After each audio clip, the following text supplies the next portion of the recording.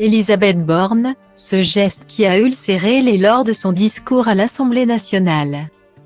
Ce jeudi 16 mars, à l'Assemblée nationale, Elisabeth Borne a annoncé la décision du gouvernement d'avoir recours au 49.3 pour son texte sur la réforme des retraites. La première ministre a été chahutée durant son discours, mais elle a aussi commis un geste qui a ulcéré les internautes. C'est une véritable scène de chaos à laquelle ont assisté les Français ce jeudi 16 mars.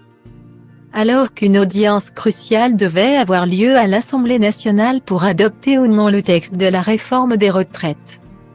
La séance a été levée seulement quelques secondes après avoir débuté. La raison ? Après une énième réunion de crise avec la première ministre Elisabeth Borne. Le président de la République Emmanuel Macron a décidé d'avoir recours à l'article 49.3, qui permet d'adopter un texte sans passer par un vote. Si le mari de Brigitte Macron a fait ce choix stratégique, qui risque de susciter la colère des Français et de durcir la mobilisation, c'est parce que le pari était trop risqué pour le chef de l'État, malgré de nombreuses concessions envers la droite. Il n'était pas certain d'obtenir une majorité et a donc préféré la voie la plus sûre. Une décision qui a provoqué un véritable raz-de-marée dans l'hémicycle, où les membres des Insoumis, notamment, se sont levés pour chanter la Marseillaise.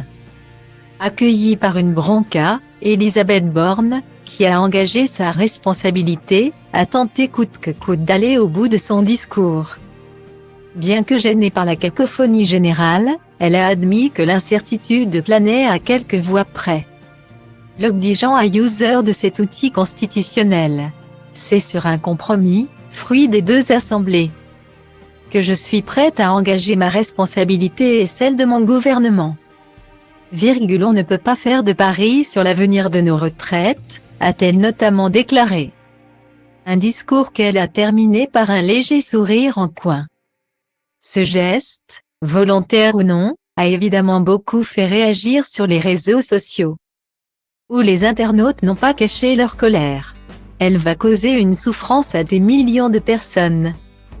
Et elle sourit, comble de l'outrage, Elisabeth Borne annonce l'utilisation du 49.3 avec un petit sourire satisfait, le sourire de Borne à la fin de l'application du 49.3. Mais vraiment c'est terrifiant, il n'y a pas plus méprisant que le sourire de Borne à la fin de son discours. Honteux, peut-on lire parmi les innombrables commentaires laissés à ce sujet. Une polémique de plus pour la première ministre, déjà fortement décriée.